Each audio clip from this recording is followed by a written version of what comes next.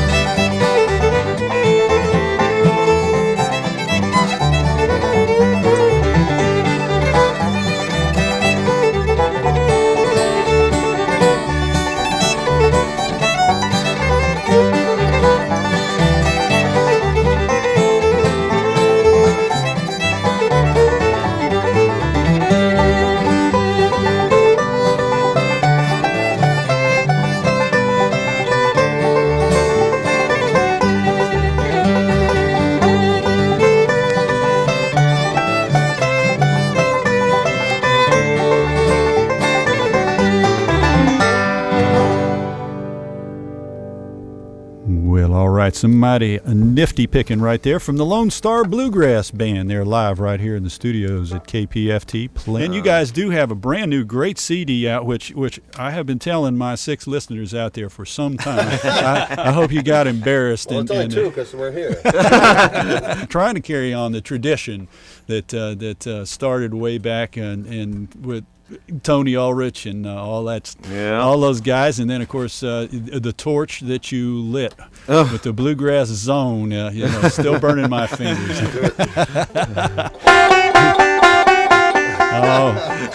Oh wait, it's giving me goosebumps. Don't do it. Submitted for your approval.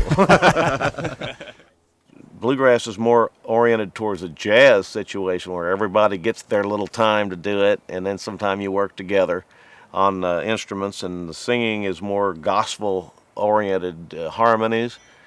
Lots of blues mixed in with Irish and Scottish sounds. They always say that that you never write a bluegrass tune; you just make it up. That's what I do. I'm very open about that. I have never written a song in my life. I just make them up and say, "Here's a new one, guys." I've got a great group now. I got a great group of guys. That, we're a family at this point, and everybody seems to be happy. Yeah, we do all those good bluegrass tunes. And we're doing exactly the way we want to do it. I can hear you. I can get it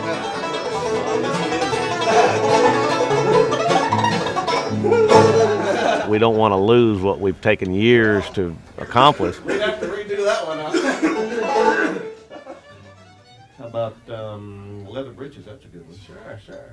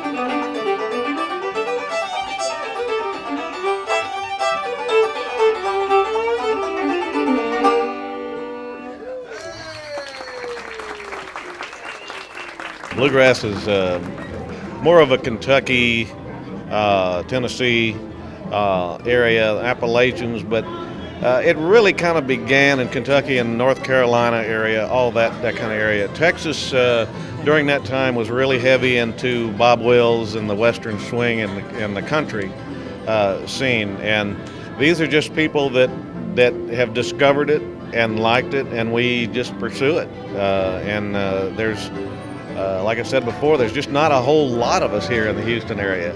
But if you look at the people that like, say, Asleep at the Wheel or something, there's going to be a whole lot more people that are going to go see Sleep at the Wheel than they would go see, a good bluegrass band. But that's okay. Sure. Yeah, it's our music. No, bro, come on.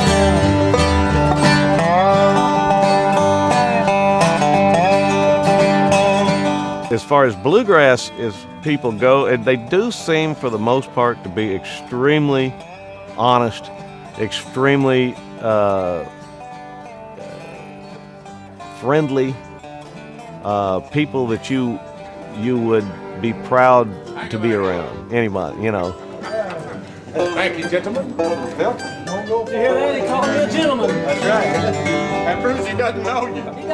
Well, Chris is probably, I don't know, you may or may not know this, but he makes Kentucky long rifles. And he's an old-time gunsmith. He makes historic guns and restores them. That's his thing. There's a lot of work that goes into one. Takes quite a while. The carving here is all, if you feel it, it sticks up just a little bit.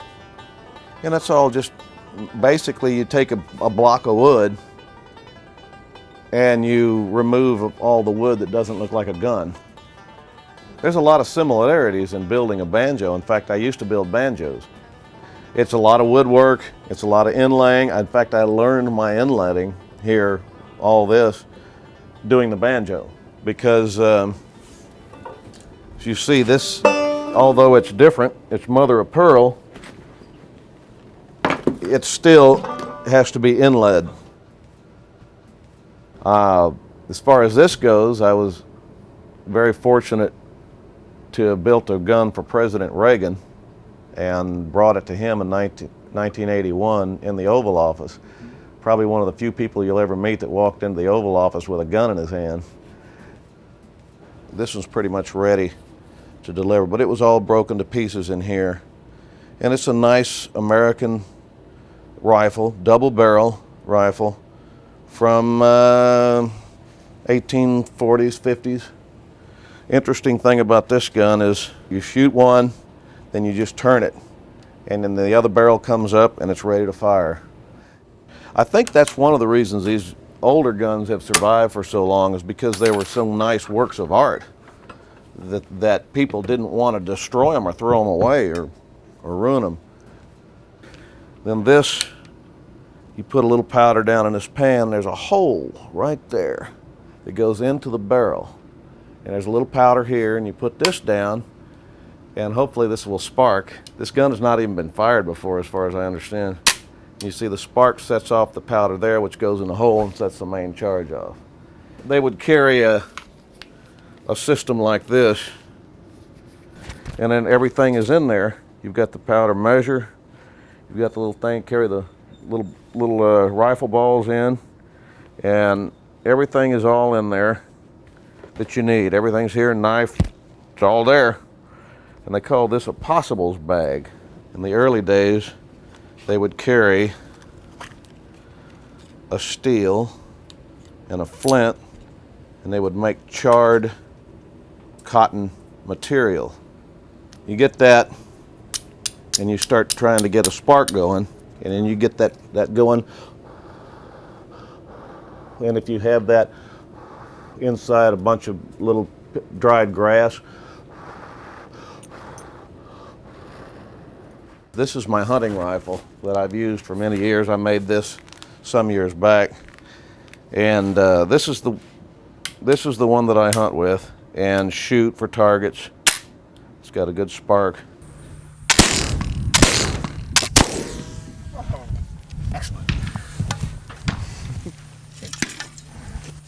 I'm gonna have this mounted. The strange thing about the banjos, 5-string banjo, is this string here. It's put on at the 5th fret, and what they would have that for is for that to ring, just to give it kind of that little ring to it. And they never imagined back then that we'd be doing all that stuff that we do now on this thing. But it was just kind of they had strange. In fact, I'm just now starting to buy the old Edison cylinders that have banjo music on it, because it shows just how they used to play it back then. And they would play it with 2 fingers, and some people would actually play classical music and stuff on it back then. And so it's, but 1830s it kind of came around. It was more of a minstrel thing. For some reason, at one point it was looked upon as an evil instrument, the devil's instrument, and this and that. And Earl Scruggs came along, and instead of playing with the 2 fingers or the style like strumming, he suddenly added this finger. He saw one or two other banjo players attempting to do that, and when he did that, suddenly something happened. Suddenly a drive came to this thing.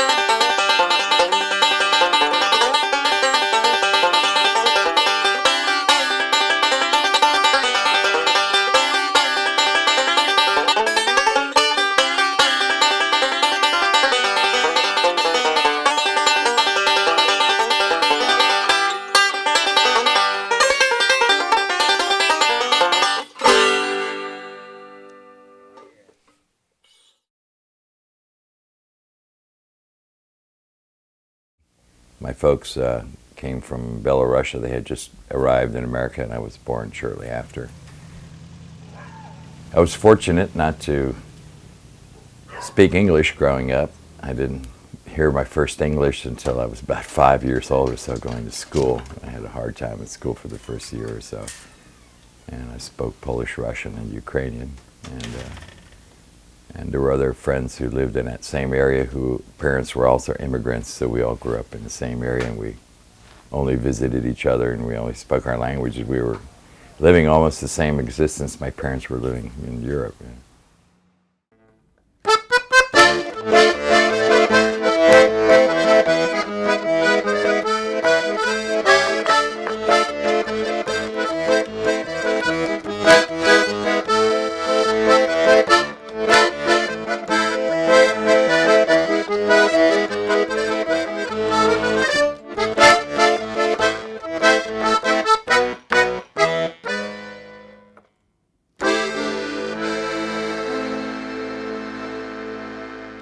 I attended some sort of dance or something way back. I was 2 or 3, I remembered, and I remembered watching an accordion player playing, and I came home and imitated the accordion player. So I think my aunt always, from my first moments, I remember her teaching me little Belarusian songs or Polish or Gypsy songs. So I'd have to learn and play those whenever my aunt would come to visit. She always came with music. And my family, my brothers also played music, so it was something we all shared together. My parents did not play music, but they liked music, and we liked it and played it for them, I guess, because they liked it, and there was a need for what we were doing. So.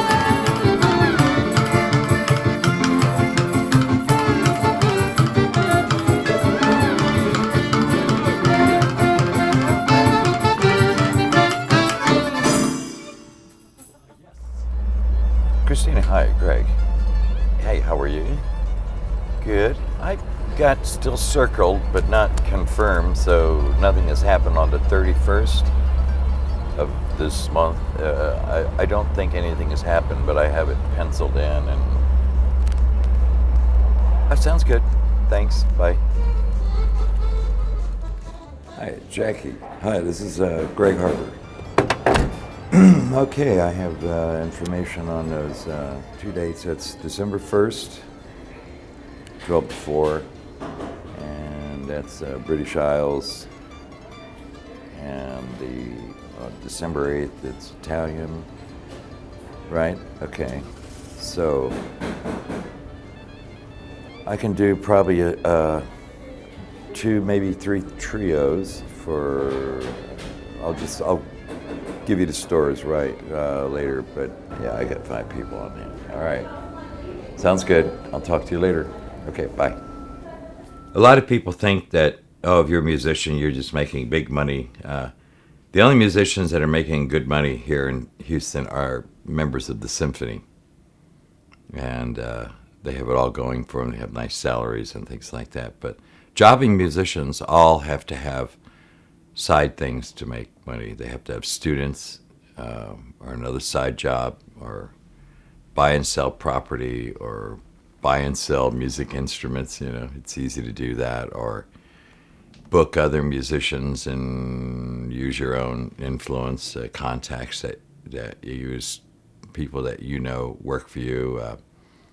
They'll generally call you and say, who do you recommend? I have something going on. I need this or I need that. And, you know, you have to work as an agent in that. I'm also interested in bringing in some of these groups that I see in Europe over here to America, and that's expensive, and that requires putting a whole thing together and renting vehicles and putting people up and feeding them and all that. So, so you know, putting all these things together, a lot of special skills, and you have to do that. You just can't be just playing a little gig here for $20 and $30 here. But then again, I play them for all different kinds of prices. You know, just I'm lucky I play an instrument that I can play by myself in a lot of situations, and so I'm lucky there to get jobs from like 11 o'clock to 12:30, or it's kind of lunch things, or little special luncheons and things, and that really helps. I don't play in bars, or the only playing I play in clubs, I do that for free because there's no money really in it, and I'm playing for fun, I guess, and for hanging out with people.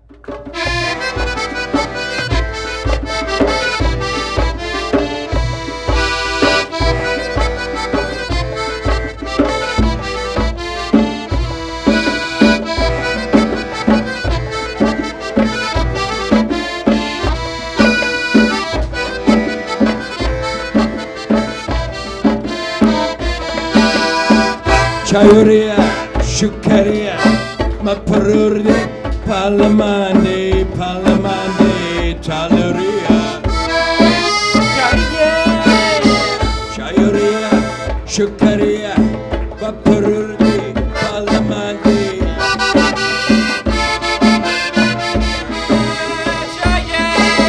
Palan Paklama, Chay Shukaria, Molvidian. Ora tikaman chaye Alan Peklama Chay Shukaria Monurian Chay Shukaria Ora tikaman chaye. Everybody, here we go.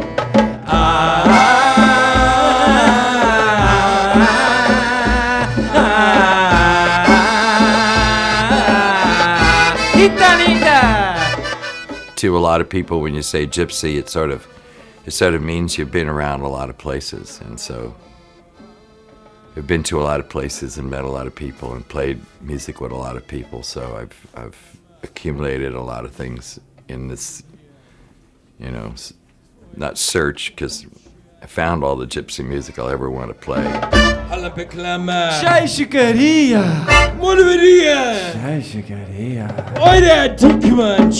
1976, I came to Texas. Yes. I came to Texas, and I was just going to be here for a couple of months, and I was going to go on my way.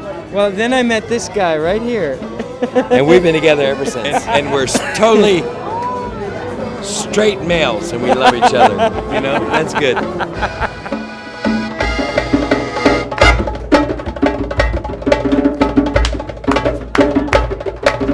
It's like kindred spirits, and when we play together, we go beyond thinking.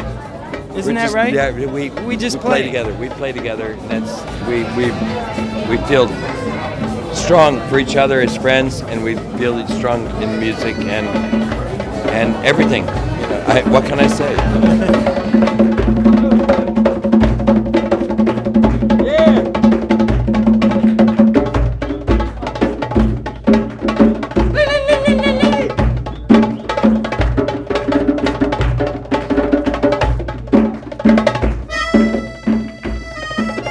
Well, let's see, what about the accordion? Accordion is the most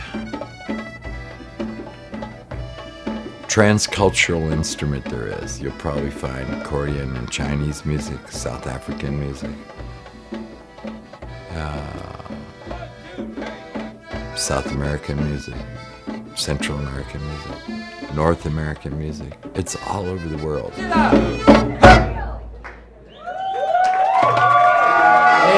Gracias, Itanita, preseva.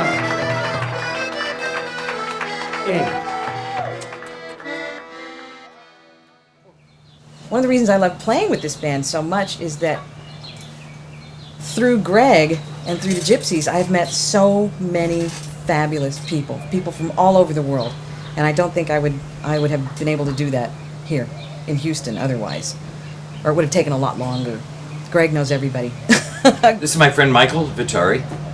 Michael's guitarist with us, and we met, he's a Houston boy, but we met in 1996 in outside of Paris in a little town called Samois-sur-Seine at a gypsy festival, the Django Reinhardt Festival. When I saw Greg, and I had recognized him from a club here in Houston, and found out that he had a gypsy band that I had actually heard about years before, but I had never gotten around to go see play. Michael was staying somewhere else with a friend of his, and he came over to the camp and met all the people, and said, "Hey man, we got together as soon as we came back to Houston." So I see Houston has really grown, and it's so neat to see all the cultures that are around the world here in this town. So How does that affect you? oh, it makes me happy. It makes me feel like I've got more friends on on the world end. You know, see, I'm a world person. I like to look at things as the whole world. You know, I mean, I live in a regional area. I respect the culture of this area and the people that are here.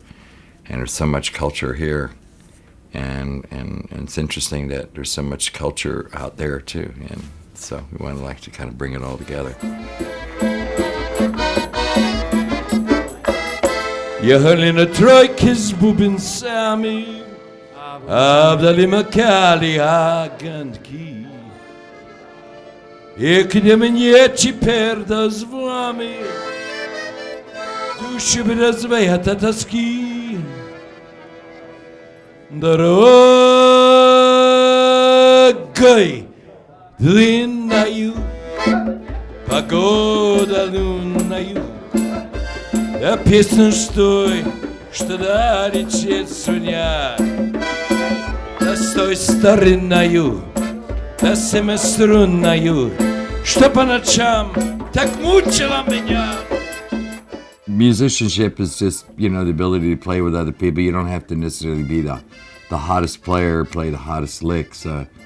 I started out playing accordion with 3 fingers. A lot of accordion players had good keyboard training and can do stuff like that, but they might have a different personality.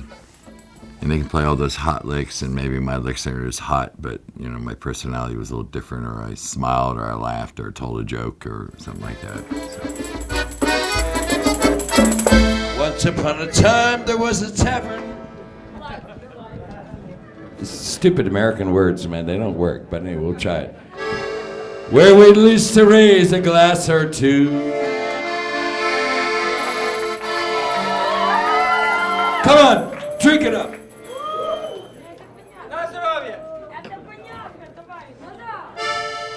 how we would laugh away the hours.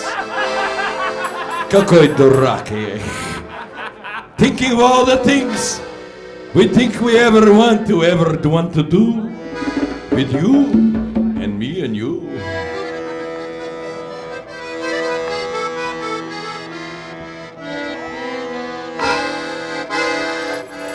Everybody, we're gonna sing Those Were the Days. Stupid. Nick's favorite song. Those were the, come on Nick, days, my friend. We thought they'd never end. We'd sing and dance forever and a day. We live the life we choose, gonna fight and never lose. Gonna fight, no! Once we played, former President Nixon was here in town. We watched him come up and he saw us playing. There were 5 of us playing at the door. And there were a lot of very prominent people there at the event. But he had this aura, and I can rightfully say that none of us really cared for Nixon too much. When we heard he was going to be there, we all kind of booed, whoa. But the little guy walked in, and he walked in the door, and he had loafers on. He had a casual suit, like a Haspel wash and wear suit. And he walked right up to us, and he shook his hands with all of us, and he asked us our names. And he said, I'm going to be looking forward to listening to you today. And he just went there, and he had to take care of all the people. And, of course, he was an honored guest there.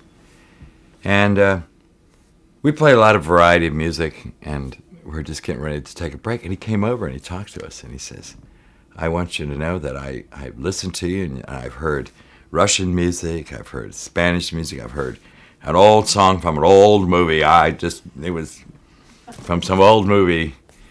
And he told us he played piano, and it was really nice, and for that entire day. And then we got to hear him speak for almost 2 hours to very prominent people, former Governor Connolly and other people that were at that event. And boy, what a neat event that was.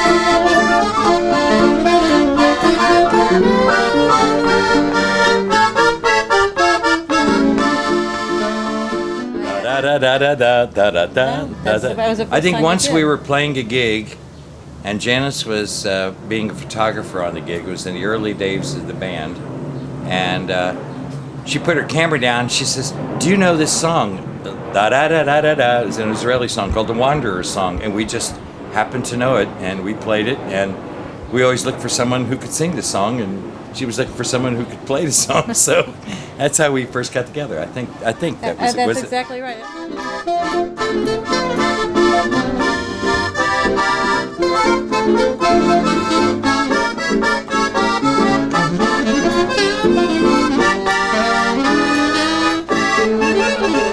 Besides Hebrew and Yiddish and English, Greg helped me learn songs in French and Russian and Gypsy and sang in Macedonian and Spanish. What else? Boy, we covered them all.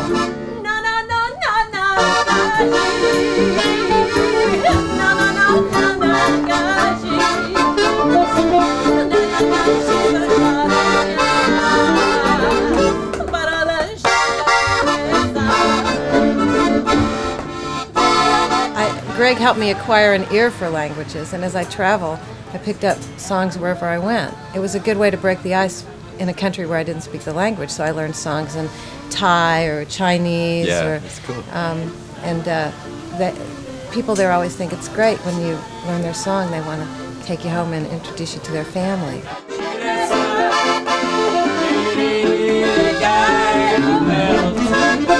Got to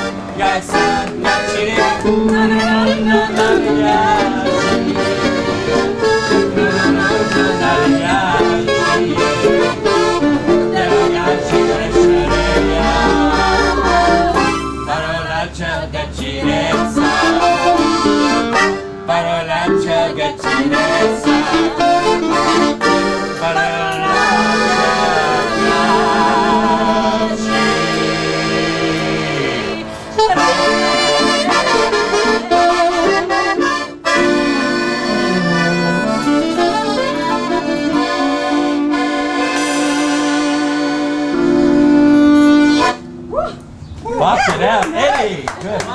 We'll meet again. We will never, always meeting. We always meeting crazy Guys, places. thank you very much.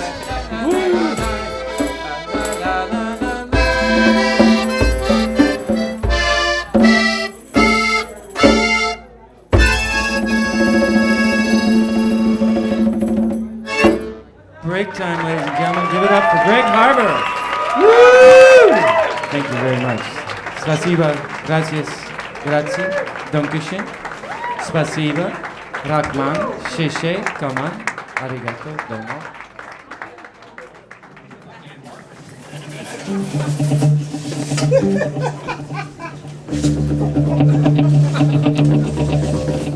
I went up to the King's Kitchenette with him. And we sat there at the Fort Market table and we had buckets of bacon.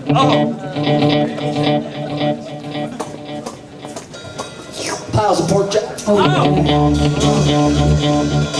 Peanut butter, banana, mayonnaise. Yes, sir. I love those.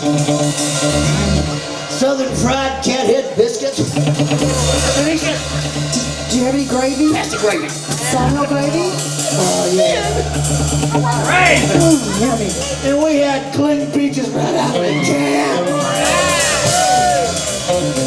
Washed it down with a syrup. Glazed our bellies. Secrets belong always. Anonymous medicine. Can you feel it, Bob?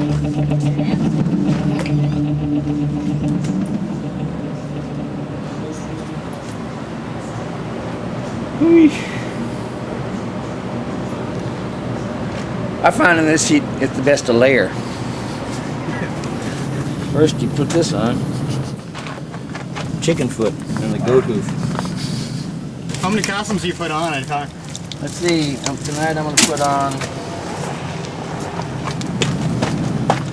duck butt, Paco, Walter Bob Frost, Dr. Oblongata. I'll change into those costumes after I change out of the lizard suit under the parachute after the first few songs.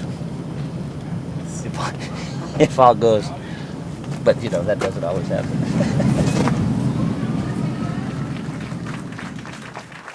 I am beyond gimmicks! There are stories that say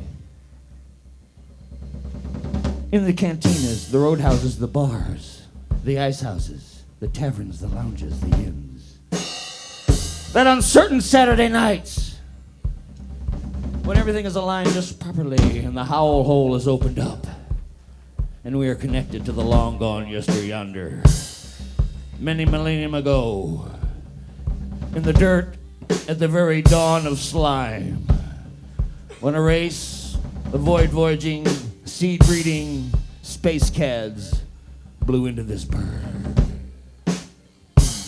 On a splendid vessel propelled by live music, these cacophonians had harnessed the mighty energy of live music and traversed the void with impunity to the mortal laws of gravity and infinity.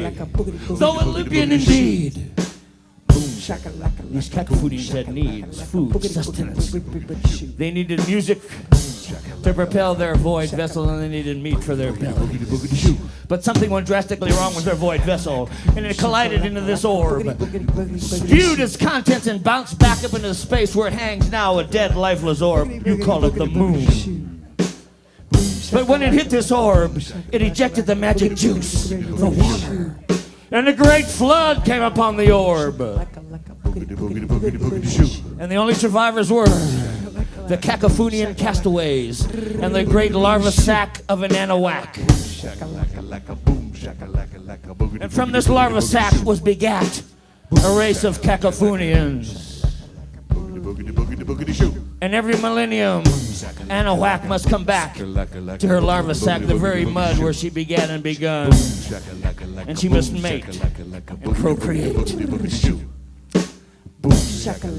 And it is said that when these knolls are open and we are connected by the first light, the first fire of the long ago in the caves, when the first fire came, it was because of the friction and the lightning of the cacophonian moon void vessel entering our realms. And we had fire, the first hole in the night, the first warmth, the first fire.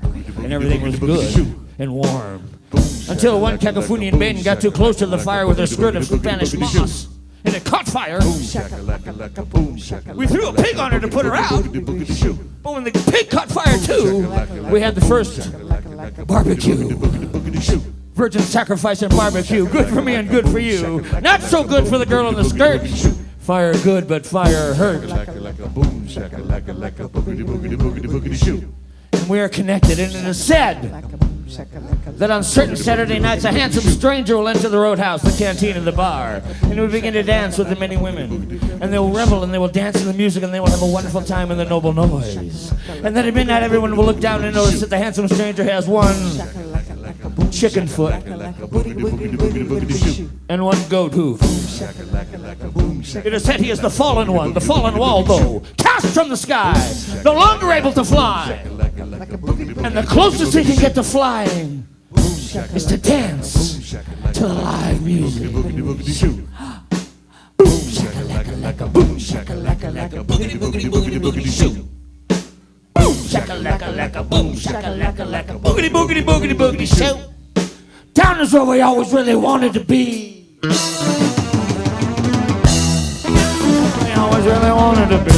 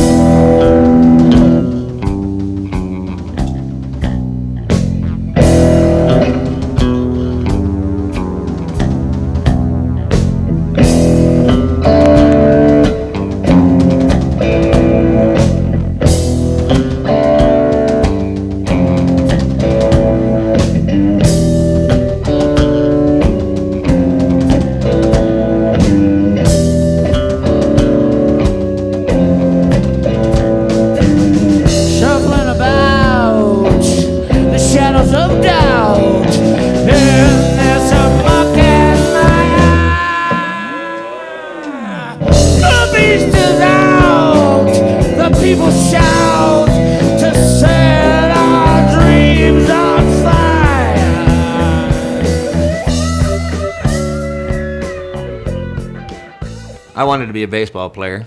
That was my dream. And there was an old umpire from the 20s named Beans Reardon. I heard him talking about it on the Game of the Week one day, and I thought that's a cool name, Beans. So I used it as my baseball name. When you got to have a nickname when you're on the ball field. Beans. Get it, Beans. Put your nose in it, Beans. and I kept it as a stage name to protect my family. Come on in. Come on in. This is Bowie the dog, as in many Bows, not David Bowie or Jim Bowie. My daughter named her with the little. She's a puppy. There's some more performance art. This is from 1998.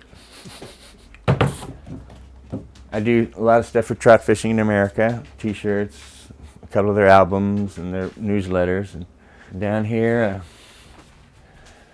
this is my younger brother, Craig. This is a self-portrait when he was in chemotherapy for leukemia. You can see it says radioactive. He's no longer with us. When I was an actor, I played Lenny Bruce.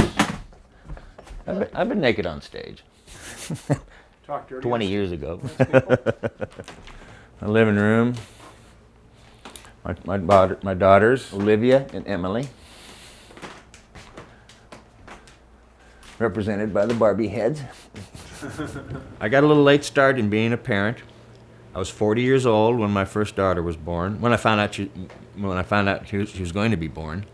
My wife, I didn't have much of a job. I was a courier driver, a self-employed courier driver, and an artist and musician at night. And I just worked to pay my rent. I was self-employed. I didn't have insurance or any, future. And my wife has a career. She's a certified nurse specialist, and she has a career in insurance. And she said, "Well, why don't you just stop working? And otherwise, all I would make would pay for the child care, basically, and other people would raise our kids while I worked to just pay for that." So I stopped working, and when my first daughter was six weeks old, she handed it to me. "Okay, you keep this alive all day, and we'll see how you do." 97 was a little more colorful.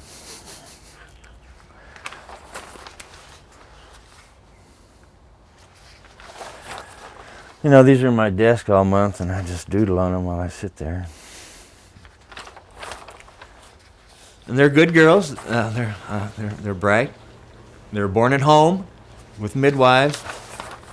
That was quite an experience. My wife, being a nurse, didn't want to go to a hospital. She knew, being born is not a medical procedure. It's a natural, it can turn into one. But we're not far from here, and so it was quite an experience. Both my daughters were born at home.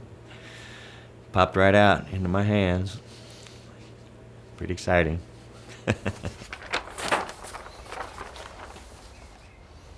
My daughter's school. I've done some little T-shirts for them.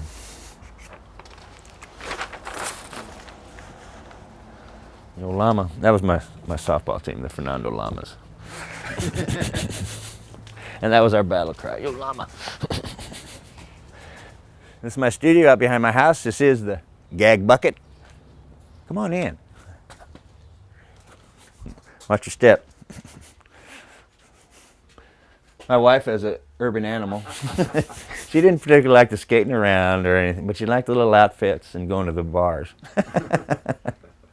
Oh, we met in the show at Bly Spirits. One of my characters, Paco, he gets women out of the audience and has them slap him.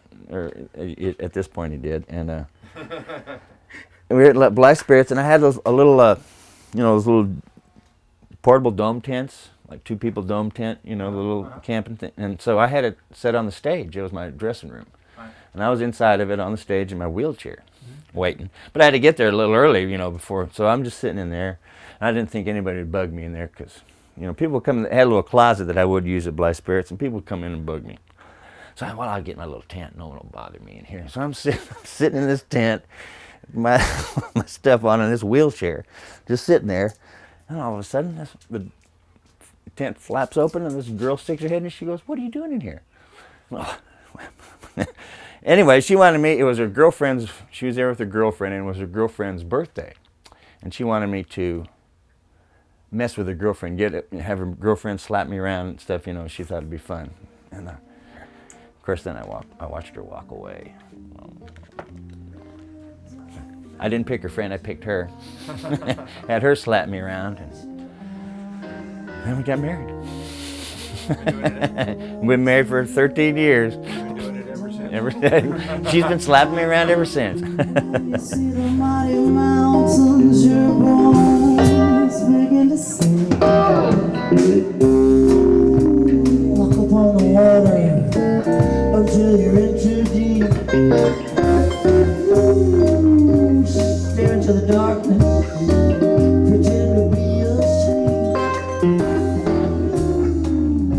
Stumble on the pebbles, you fall into the stones. See the mighty mountain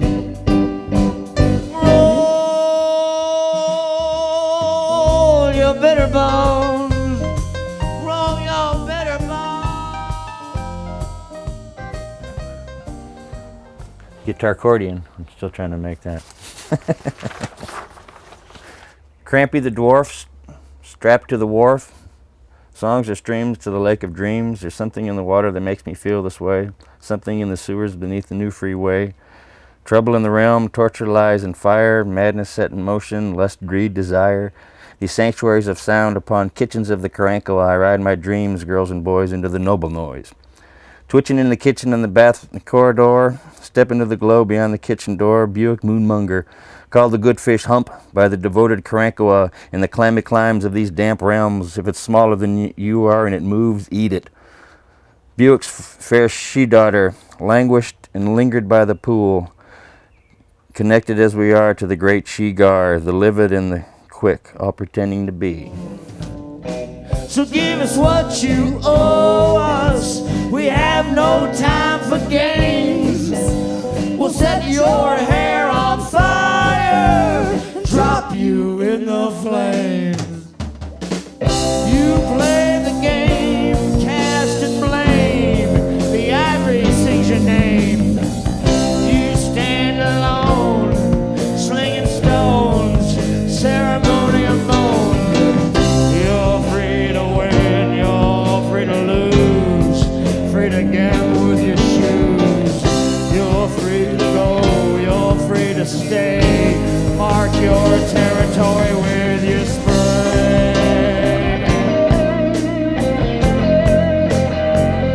Oh, with your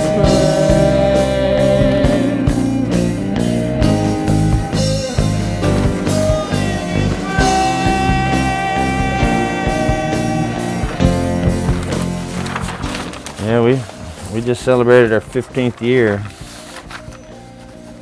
in the bipeds.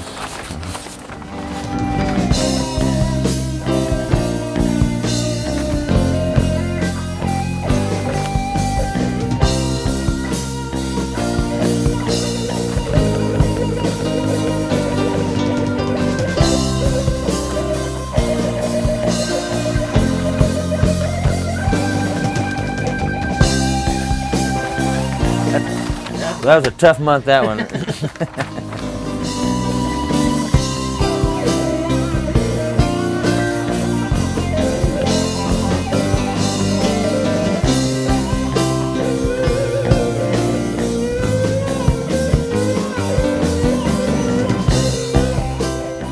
band I have now, I do performance art. I paint a painting while we play. It starts out just a blank canvas at the beginning. And I paint it all during the show, and then at the end of the night, I auction it off with all the money going to the Houston Food Bank. actual performance, we're going to auction it off. All money's going to the Houston Food Bank. I'm going to bid $100 because that's about, I make about that a minute up here. Praise Elvis. Where we at? 450? One time, two times. It's a good neighborhood. Sold. Thank you very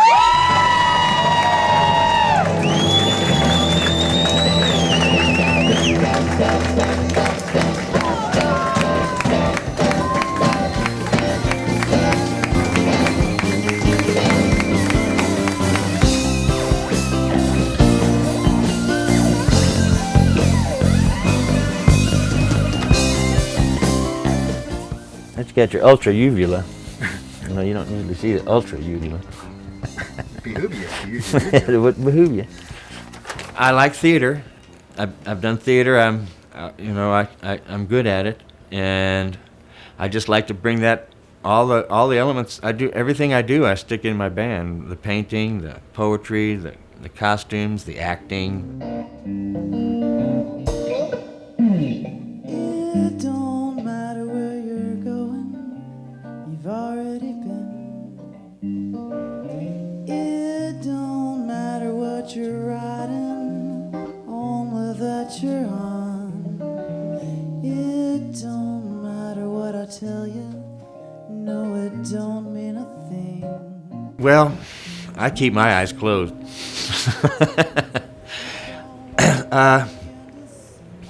It's difficult. I don't know how to exactly explain. I put myself into a kind of a state, and I just go with where I go. I don't have any bounds. I do what I want to do, and keep talking. Sometimes I stop, sometimes I holler, sometimes I fall over.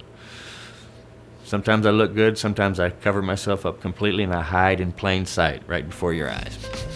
Roll your bitter bones. Roll your bitter bones. Roll your bitter bones. Roll your. I put all the suits on at once, and then I would peel layer down layer. Each as I peeled off each costume, there would be another costume underneath, and I would be that character. And I would do the songs in character as these different kind of rock and roll icon things. The beat poet. Waldo Bob Frost, spokesperson for an entire generation, the feet generation. He's a feetnik. Let's get relevant. I'll do this when I'm being relevant.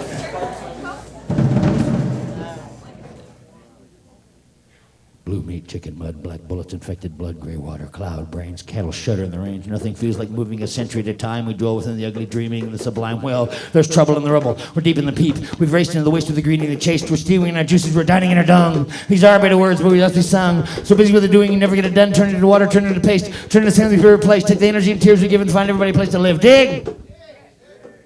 Bongo bob, bongo bob, bongo bongo bob job, bongo bob, bongo bob, bongo bongo bob job, faster, faster, bongo bob, the bongo master, faster, bongo bob, dig! Then the silly stuff, the bass accords with the big duck butt, and the Wanda June Mellon, she was a trumpet playing beauty queen. That's right. She didn't last long. Velasco Viles, the guy in the big lizard suit. And there's Pharaoh Face, the blind big cake carver, the blues guy. Paco, the love bubble of the Gulf Coast. He knows what women like. He stuffs his pants. I mean, it's enormous. It's the duck butt he uses, and he's very proud of it. Of course, he needs a building permit to get out of bed in the morning.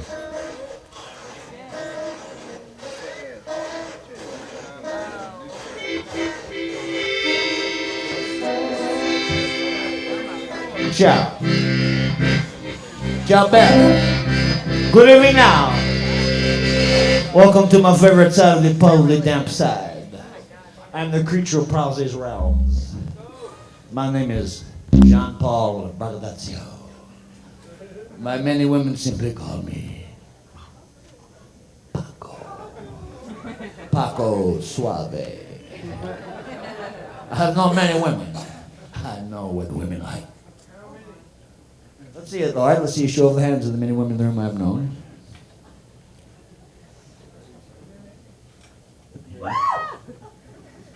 It was a Greyhound bus station, wasn't it? The TV chair. Oh, another quarter, Paco. I know what women like. They like to call me bastard and slap me. Call me bastard now. Bastard. I didn't believe it. Bastard. You know I'm a bastard. I have my own light, man. Call me bastard. And then this is Dr. Oblongata. He's a metaphysician. You've never met a physician such as him. Praise Elvis, and pay us the gravy. Praise Elvis and pay us the gravy.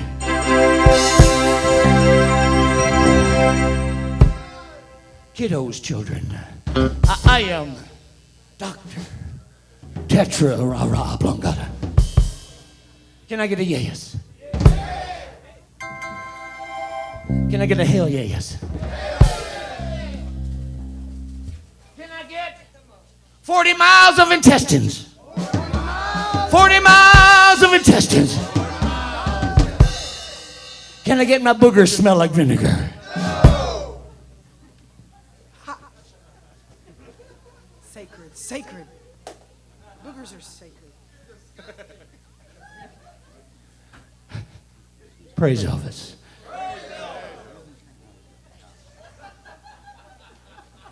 As a much younger life form,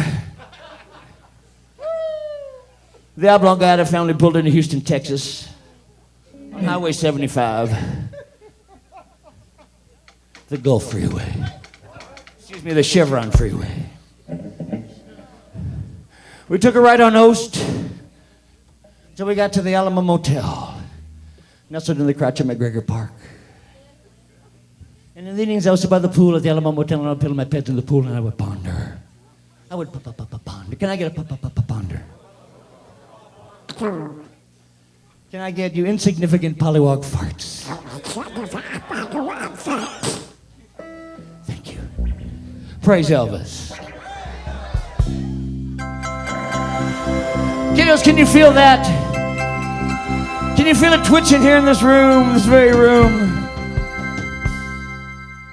And as I sat there peeling my pads in the pool, pondering, suddenly I saw a big sound and I heard a big light. And from the very depths of the pool,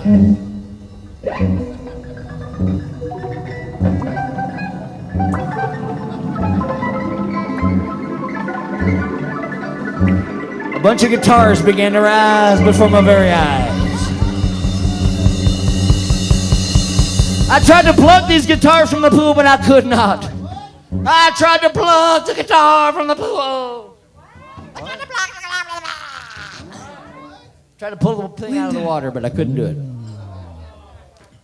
At that very moment, standing at the entire eastern wing of the Alamo Motel with the kitchenette, the king. Of course, he was still just the crown prince. This was 1956. He was on his tours, playing at the Shadow Club on Telephone Road. I said, hey. Could you come pluck my guitar from the pool? He went, what? I said, could you plug my guitar? What? I said, could you plug my guitar from the pool? He went, okay. And he reached down and he grasped the guitar and he plucked it from the pool. He plucked the guitar from the pool. And he removed this bandana from his body and he wiped his brow. He wiped his brow. He wiped his brow. And a miracle occurred. He rubbed his forehead with his shirt. You can't face the truth, can you? And a miracle occurred. Now you can face the truth. This is the truth. His image forever burned into this garment. And it is said that the possessor of this garment shall come to know secrets beyond all reason. Beyond. Way beyond bowling. I can turn seawater into gold, mold into medicine, seaweed into silk. I can teach penguins how to bowl. I could become the king of rock and roll.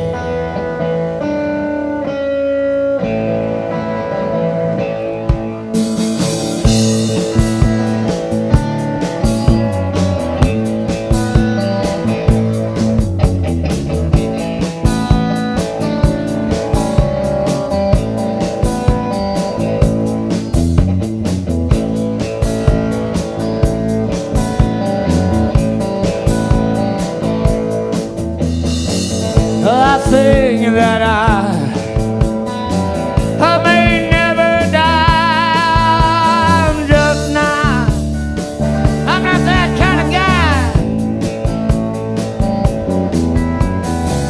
I think that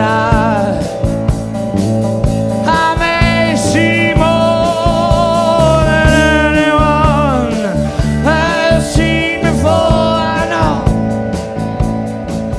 225 one time.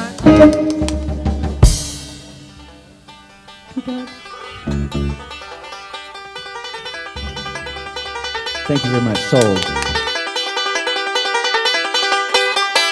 Woo! Broke a string. We were playing music from Russian and Gypsy and Arabic and all world kind of feelings, and we were putting it all together. We have all these different musical influences, and we're lucky because we're able to blend them here. Mad Magazine, Mort Drucker, artist, and music, Bob Dylan, Frank Zappa, Captain Beefheart, poetry, the Beats, Ginsberg and William Burroughs. And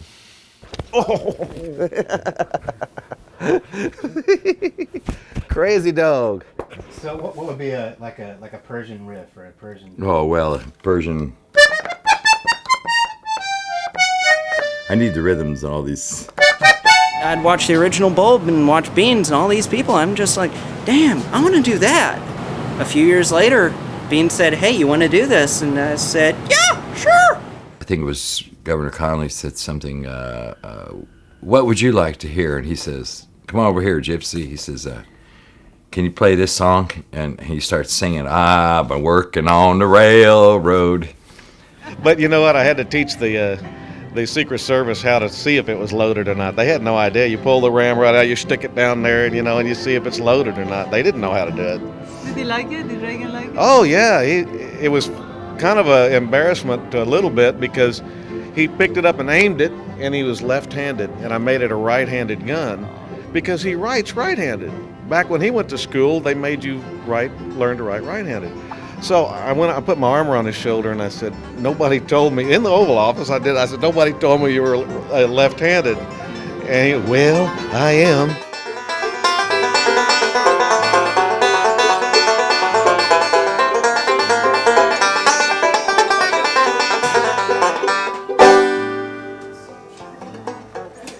I don't even know what that was. We'll call it the videotape rag or something. We'll wipe the slate clean. Praise Elvis. Praise Elvis.